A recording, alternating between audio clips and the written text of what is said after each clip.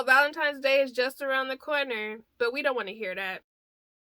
Today I'm going to be sharing with you guys some anti-Valentine Day movies in the event that you're not into that lovey-dovey stuff. Feel free to let me know in the comments down below what your favorite anti-Valentine Day movies and shows are, because I would love to hear them. Feel free to check out my dating drama chit chat playlist, as well as my other life discussion chit chat playlist that has a variety of videos that has different questions which you guys can chime in on and share your thought processes on those topics. So firstly, we have First Wives Club. Now, this is a movie, but there is also a show. I highly recommend the show because I actually started binge watching the show last year. Y'all don't understand. The show is so freaking good. Now, the First Wives show is on BET, but I want to say they put it on Netflix recently as well. The show that's on Netflix is about best friends that lift each other up as they navigate rocky relationships, demanding careers, and new beginnings. And it is based on the movie, which the movie is about 3 divorced women who seek revenge on their husbands who left them for younger women after reuniting over the death of a college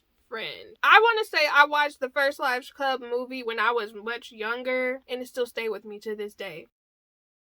The show is so freaking good. Please give it a watch, y'all. I was hooked. I was binge watching that show to the point where I was staying up super late at night trying to complete the series. The next movie that I recommend is Carol, and I'm going to tell you right now, you probably going to get pissed off.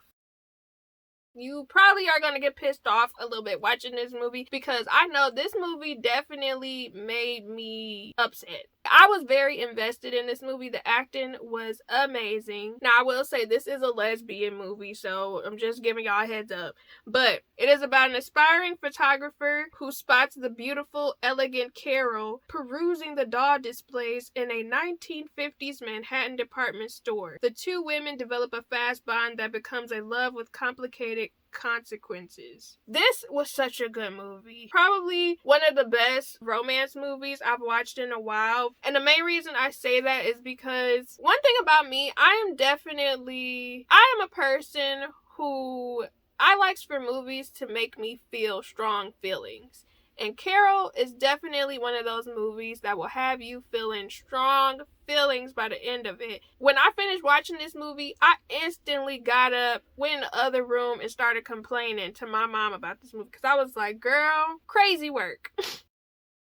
I believe this movie is on Netflix. So the next movie I recommend is The Face of Love. I'm going to tell you that this was a different type of movie. I've never seen anything like it before in my life. A lonely widow begins a romance with an art teacher who looks just like her late husband, but does not tell him of the resemblance. It was messy. I get it, but I don't get it. A part of me almost wants to review this movie and just talk about what y'all thoughts are and feelings are about this movie if y'all do end up watching it, because I was definitely sitting there like, woman, what are you doing?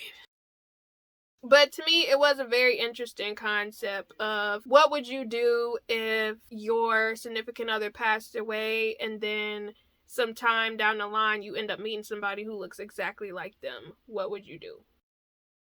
The next movie is called Someone Great, which is on Netflix. It is about this woman who is a musical journalist. On the heels of a blindsiding breakup, she braces for a new beginning and one last adventure with her closest friends. Definitely a very relatable story when it comes to having an abrupt breakup and then trying to figure out your life, especially if you ended up making somebody else a part of your life. In my opinion, Legally Blonde is kind of an anti-Valentine Day movie. Fashionable sorority queen Elle Woods follows her ex-boyfriend to law school, where she discovers that there is more to her than just her looks. I really enjoy Legally Blonde because it's definitely one of those movies where you have to realize you have layers.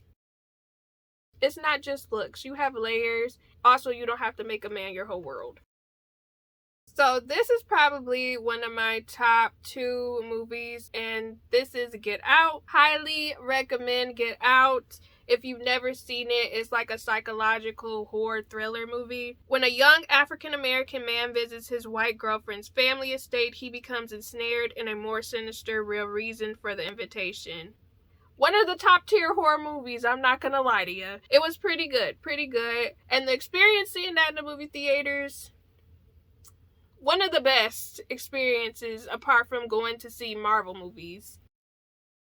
So this is actually an anime series that I highly, highly recommend, and it's called Romantic Killer. It is on Netflix. It is definitely one of my favorite anime series that I've seen in a while from Netflix. Living her best single life, romance is the last thing on Anzu's mind until a tiny matchmaking wizard suddenly turns her life into a cliched rom-com. Listen, please watch it because it is so freaking good. To me, it's Anti-Valentine specifically because she tries to avoid love quite heavily.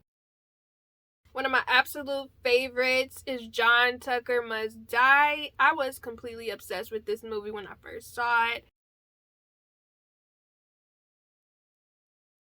I constantly watched it. It is so freaking good.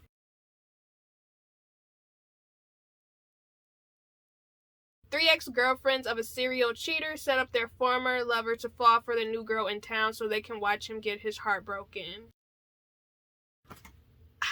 I genuinely love that movie. Now, I'm not gonna lie to you. Have not seen it since I became an adult. It's been a long time since I've seen that movie. Maybe I watched it immediately after high school, but I have not seen that movie in a really long time. But it was good when I remember watching it.